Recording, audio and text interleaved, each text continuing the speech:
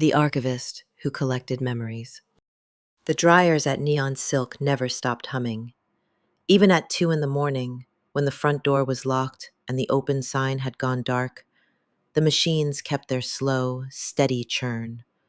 Warm air, white noise, the illusion of cleanliness. Hale used to think the sound was comforting. Now he thought it was a lullaby for people who didn't want to remember.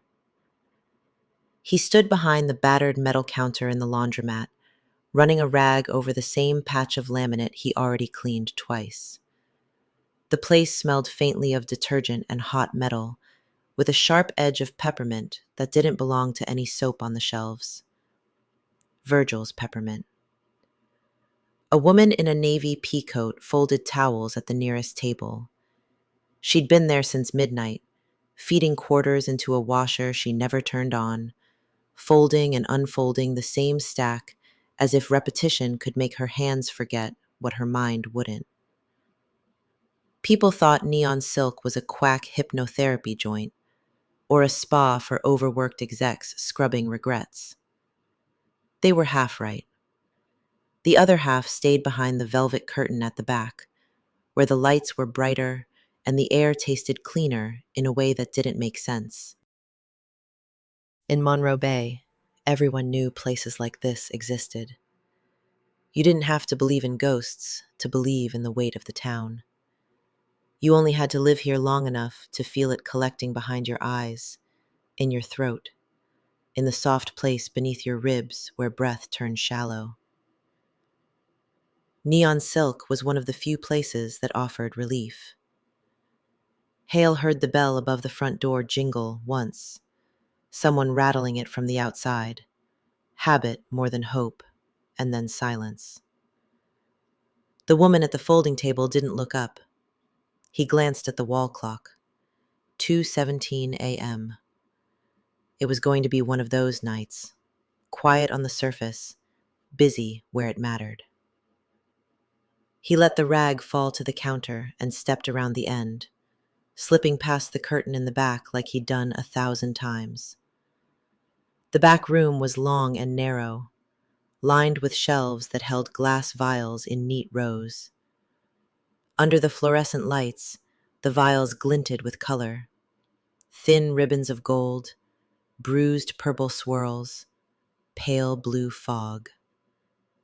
Memories extracted, purified, and bottled like top-shelf whiskey.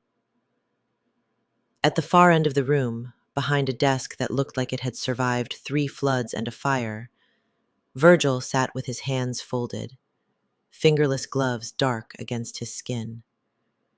His locks were pulled back, the ends tied neatly. His eyes flicked up as Hale approached. "Is she ready?" Virgil asked. "I think so." Hale pulled the intake clipboard from the desk corner and scanned the list. 2 scheduled walk-ins, 1 emergency cleansing, penciled in with Virgil's tight handwriting. He stopped asking what qualified as emergency here. In Monroe Bay, everything did. "You want me to prep the chair?" he asked. Virgil nodded. "And the jars." Hale moved to the cabinet beneath the shelves and unlocked it. Inside were empty jars in different sizes.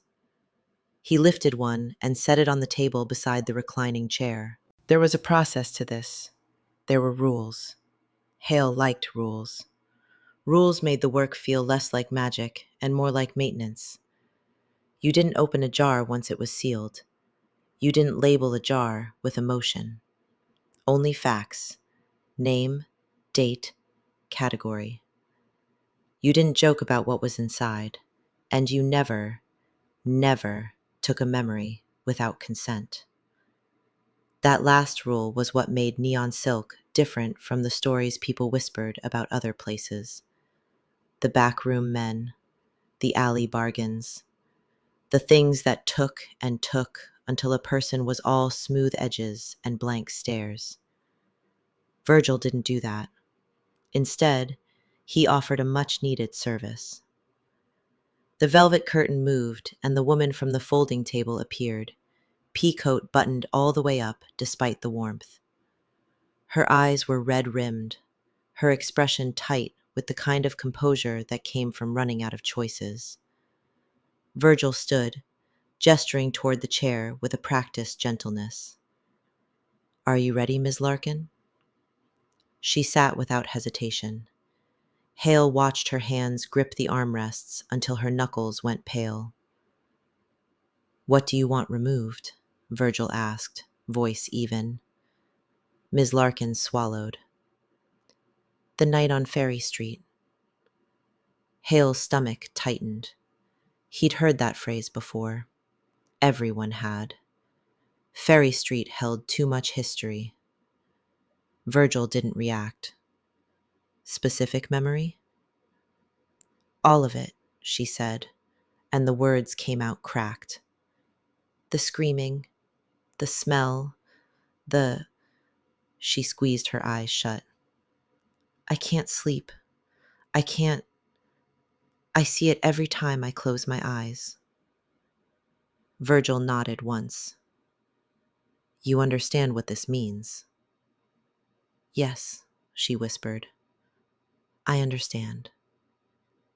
Hale held out the consent form. She signed with a shaking hand. Virgil placed his gloved fingertips lightly at Ms. Larkin's temple and spoke in a low murmur Hale couldn't quite catch, something between instruction and prayer. Ms. Larkin's breathing slowed. Hale took the jar and held it under the small spout on the extraction device. The machine was older than it looked, all brass fittings and polished tubing. He learned not to question how it worked. It just did. A thin ribbon of something, colorless at first, threaded down into the jar. Then it darkened, swirling into a smoky gray shot through with small flashes of light, like distant street lamps seen through fog.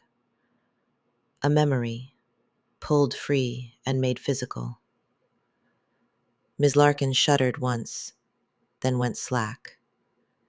Tears slipped from the corners of her closed eyes, but her face softened in a way Hale had learned to recognize. Relief. When the jar was half full, Virgil lifted his hand. The ribbon stopped. Hale sealed the lid, waxing the rim with steady hands. He labeled it, Larkin, M. Ferry Street, April 18th, trauma/event. He then set it gently onto the shelf Virgil indicated. Ms. Larkin blinked awake a few minutes later, disoriented. "What did I—" she began, then stopped. Her brow furrowed as if searching for something that wasn't there. "I came for—" "Your laundry," Virgil said. "It's done in the dryer." She nodded and stood slowly. "Yes." She smoothed her coat and left the back room with the kind of careful calm Hale envied. When the curtain fell shut behind her, Hale exhaled. "Did it work?" "It always works," Virgil replied. "For a while." Hale looked at him. "They can come back for it." Virgil's gaze didn't waver. "They can." That was the agreement, the mercy of it, the reassurance that forgetting wasn't a theft, just a pause. And Hale believed in it, most days. He turned back to the shelf and noticed something that made his hands stop mid-motion. A jar, tucked behind a row, was unlabeled on the spine-facing side. That wasn't unusual. Older jars were sometimes stacked too deep and labels faced outward. But this one was positioned wrong, turned inward, hiding its name. He reached for it. The glass was thicker than the others, and the wax seal around the lid was old but intact. He rotated it, and his own handwriting stared back at him. Hale, unrecovered, September 12th. Family. No location. No category beyond that. His eyes had moved past the label, scanning the shelf. There were others grouped close together, with their labels turned inward, as if deliberately hidden from casual view. Dates, street names, rooms. Mariner's Row, June 3rd, third floor bathroom. Blackthorn Motel, November 21st, room 8. Carter House, February 14th, basement. What are you doing? Virgil's voice cut through the room. Hale hadn't heard him move. Virgil stood near the desk now, watching him with a stillness that made the air feel heavy. Hale swallowed. What are these? He grabbed the first one. Virgil's expression didn't change, only his eyes hardened by a degree. Put it back. Hale stared at him. Did you... Hale, put it back. When? He asked. When and what memories are they? You asked me to never tell you, Virgil sighed. That is what we do here. It says family. I had a family? Virgil didn't flinch. You came in here and you couldn't stand up straight.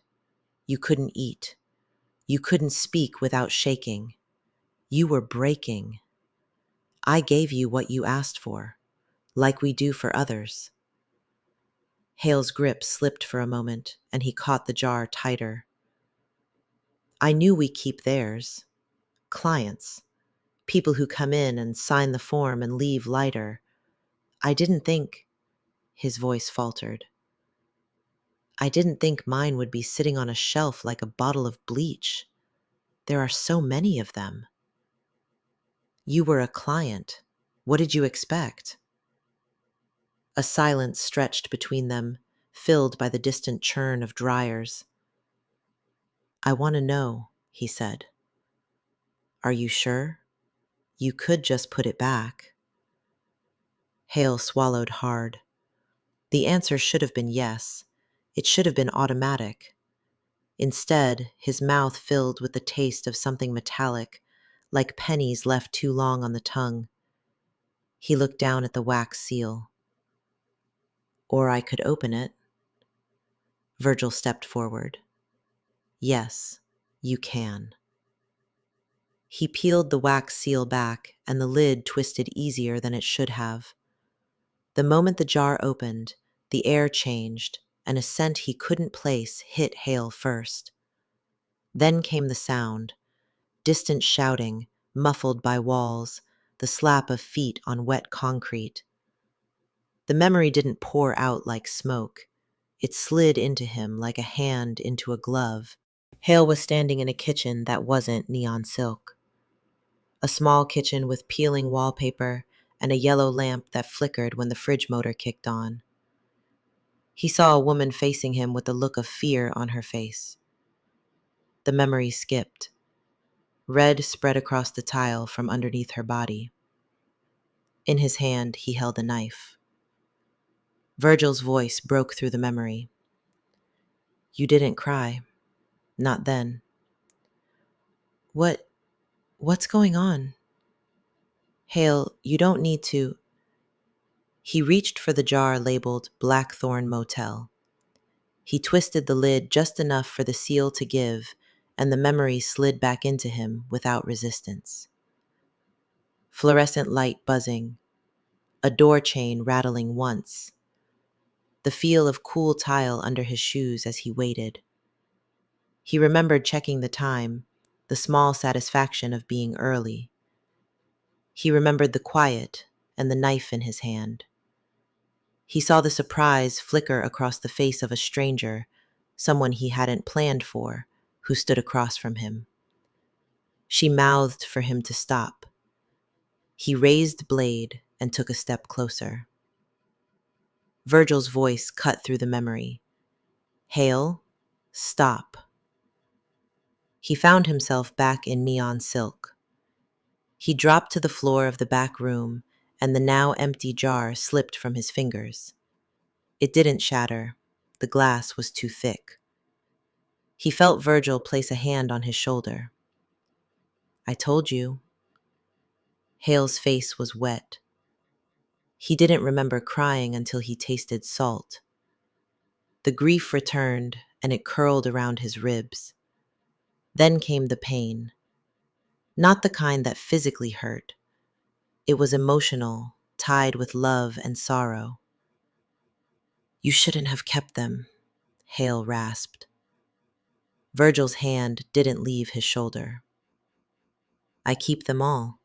That's what I do. You know that. Monroe Bay doesn't let wounds heal. It only lets them deepen. If we don't take some of the weight, people drown in it. You archived a killer. I archived you." Virgil placed the 2 jars back on the shelf, exactly where they belonged. "That's what you wanted." He wanted to hate Virgil, but he knew he asked for this. He too signed the form like Ms. Larkin did just moments ago. He stood to his feet and knew he didn't need to open another. Everything was clear now. He wiped his face with the heel of his palm, then reached for the clipboard on the desk with fingers that refused to stop shaking.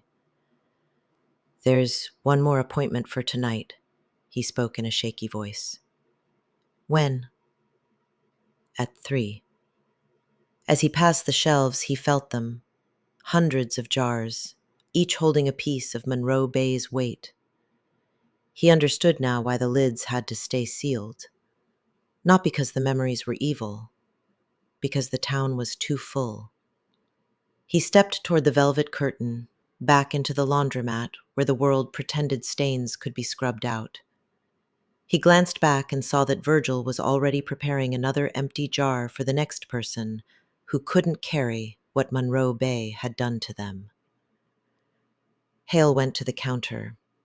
He cleaned the register, and when the bell over the door jingled at 3:01 a.m., he didn't flinch. He lifted his chin, the memory of his mother burning like a brand in his chest, and said, evenly as he could, "Neon Silk, how can we help you forget?" Red light, green light, something else. By 3rd grade, everyone knew Miss Calder. She wasn't our regular teacher, but she wasn't new either. She taught PE sometimes and watched us at recess when the other teachers were busy. She wore sneakers even when she didn't need to, and always had a whistle, even if she never used it. Parents knew her name. Teachers knew her name. Kids knew her name too. There were rumors about where she came from. Not the kind teachers talked about. The kind kids whispered when the swings were full and no one was listening.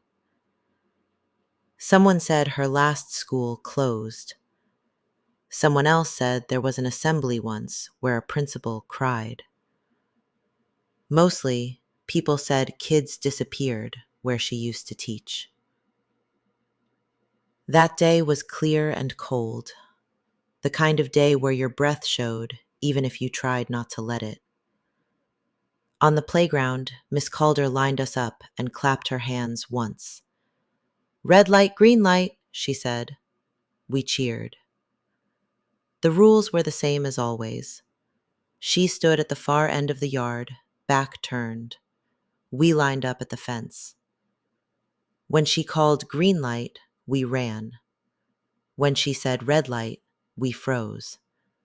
If she caught you moving, you went back to the start. The game started normally. Shoes slapped against pavement. Someone laughed too loud. A boy tripped and scraped his knee, but didn't cry.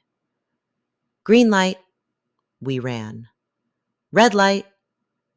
We stopped, but she didn't turn back around. My legs started to hurt. One foot was halfway off the ground, and I didn't want to put it down because I wasn't sure I was allowed. My hands felt buzzy, like when you sit on them too long. No one talked. Somewhere behind me, someone sniffed.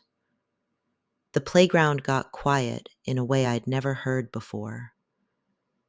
Jan, who was right next to me, moved. It wasn't big. She didn't run.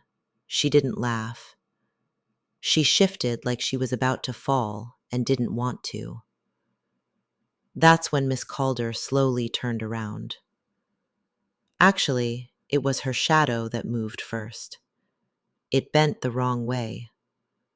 She smiled, and then Jan wasn't there anymore. Miss Calder turned back around. "Green light," she said.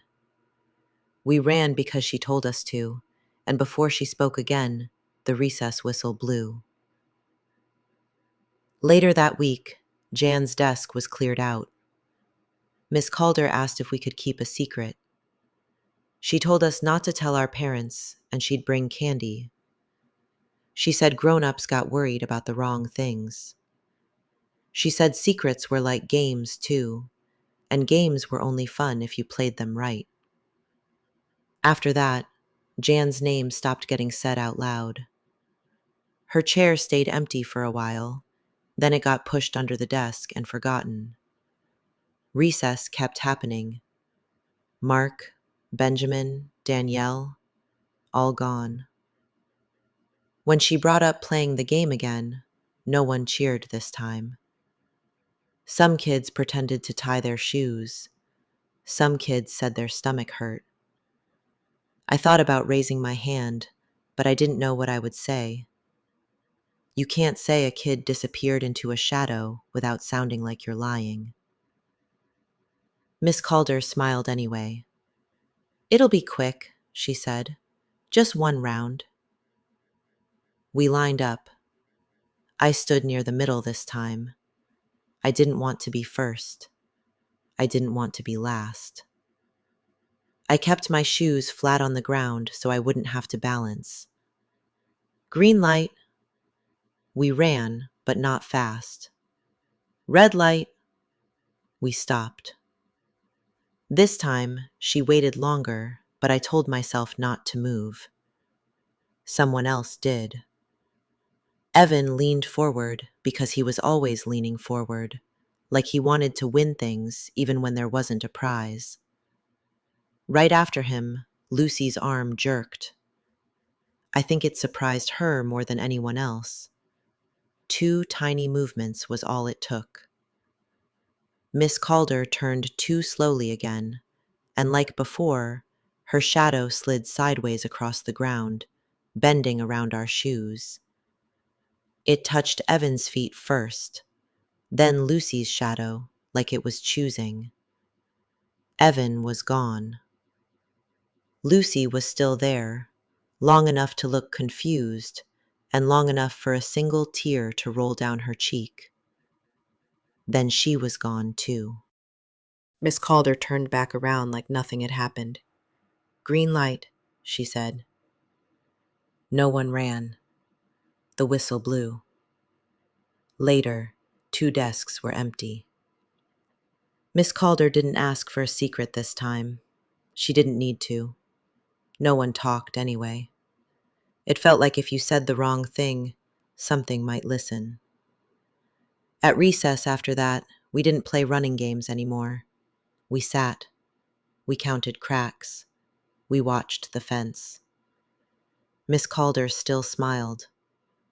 Sometimes I think she looks at me longer than the others, like she's waiting to see if I remember how to stop the right way. Thanks for coming back. I knew something was wrong the moment I saw the store. Not because it looked strange. It didn't. In fact, it looked so normal that it almost hurt to stare at it too long. A convenience store sat on the corner of Oak Ridge Road and the old county highway, glowing under a flickering fluorescent sign that read, "Open, 24 hours." The parking lot was empty except for my car, and rows of neatly stacked snacks and drinks were visible through the large front windows. There was nothing unusual about it except for the fact that I drove that road every day, and I had never seen it before. For a moment, I sat with my hands resting on the steering wheel, trying to convince myself I must have simply overlooked it before. Maybe it opened recently. Maybe I always passed it during the day and never noticed the lights. Still, something about it bothered me, and eventually, curiosity won. I stepped out of the car and crossed the empty lot, the gravel crunching softly beneath my shoes. The night air felt strangely still, and as I reached for the door, I noticed the store windows reflected the road behind me like a sheet of black glass. The bell above the door chimed gently when I stepped inside. Warm fluorescent light washed over the aisles. Refrigerators hummed along the far wall, and somewhere behind the counter, a coffee machine sputtered quietly to itself. It smelled faintly of stale sugar and floor cleaner. Behind the register stood a man in a gray shirt and dark vest. He looked up the moment I entered and smiled. "Welcome back, Lena." I stopped in my tracks. "I'm sorry?" For a second, I thought I must have misheard him. He leaned lightly against the counter. "The usual tonight?" "I think you've got the wrong person." He tilted his head slightly and studied me with mild curiosity. "Do I?" "Yes, I've never been here before." He turned his attention to the screen of the register and tapped a few keys. "That's strange," he murmured. "You were here last night." I shook my head immediately. "No, I wasn't." He looked up again. "You bought a bottle of water and a pack of mint gum." "I think you have me confused for someone else. I wasn't here." He turned the monitor toward me, revealing what looked like a list of dates, times, and purchases. At the top of the account was a name, Lena Morales. My name. "That's impossible. Maybe a different Lena Morales?" "You've been coming here fairly regularly," he replied. "Most evenings." I stared at the screen. "That's not me." He nodded once, as if he had expected that answer. "Would you like to see the cameras?" Before I could respond, he reached beneath the counter and pressed a button. A video feed appeared on the monitor with the timestamp of 10:45 p.m. last night. In silence, I watched the store door opened and a woman stepped inside. For a moment, my brain refused to process what I was seeing. She looked exactly like me. Same dark hair pulled back into a loose ponytail. Same jacket. Same small scar on the side of her chin. This woman grabbed a bottle of water from the cooler before stepping up to the counter where she greeted the cashier like an old regular. I took one step back. That is not me. The cashier didn't argue, and instead he brought up another video, then another, and another. Each one showed the same thing. The woman wearing my face, walking in, purchasing an item, and speaking to the cashier before leaving. The cashier stopped the video and folded his hands on the counter. She's using my name. I couldn't think of any way or explanation of what I saw. She stole my identity. Perhaps. The cashier watched me quietly, with a look of someone who was waiting to see if I would reach the conclusion on my own. "How does she pay?" I asked. "With a debit card." He tapped the screen again. "Last four digits, 5264.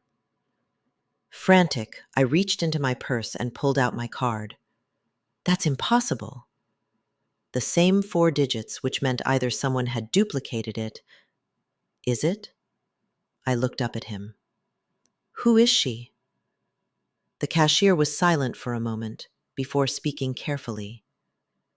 "That is a very good question." Something felt wrong, and I turned to leave when I noticed my reflection staring back at me on the glass door. But it didn't look like me. It was different. Sometimes, the cashier said slowly. Two versions appear in the same timeline. I stared back at him. What? Two versions. What are you talking about? That doesn't make any sense. No, he agreed. It rarely does. But when it happens, reality gets to choose which version remains. His eyes met mine. And the one who isn't chosen becomes a straggler, a leftover. Something flickered in the corner of my vision, and I looked down at my hands. The edges of my fingers were beginning to fade, like smoke dissolving into air. Reality corrects itself, the cashier continued. No, I whispered. I don't understand. What are you doing? What's going on? I'm doing nothing, Lena. He watched me quietly. The world around me dimmed, shelves blurred, the hum of the refrigerators faded, and just before everything disappeared, he spoke again, in the same polite voice he had used when I first walked in, but this time it was directed at me. I heard the door open and the bell chime. Thanks for coming back, Lena. I turned to look. I had to see. I had to know before. The Backwards Man. I didn't believe in urban legends until the night I met the Backwards Man. Every town has stories like that, things people repeat in low voices when the sun goes down and the streets grow quiet. Stories about figures that appear only when you're alone, about things that watch from the edge of the road or follow behind you when the streetlights flicker. Most of those stories fade once you grow up. You stop believing in them the way you stop believing in monsters under the bed. But this one never quite disappeared. No one agreed on where he came from or why he appeared. They said that usually after midnight, you might encounter a man standing alone beneath a streetlight, and when he spoke backwards. If you were unlucky enough to hear those words, something terrible would happen soon afterward.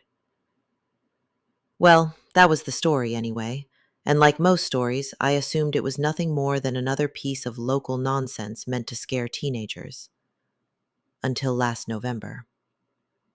I picked up an extra shift at the bar where I worked downtown, and by the time I locked the door behind me and started walking home, it was already well past midnight.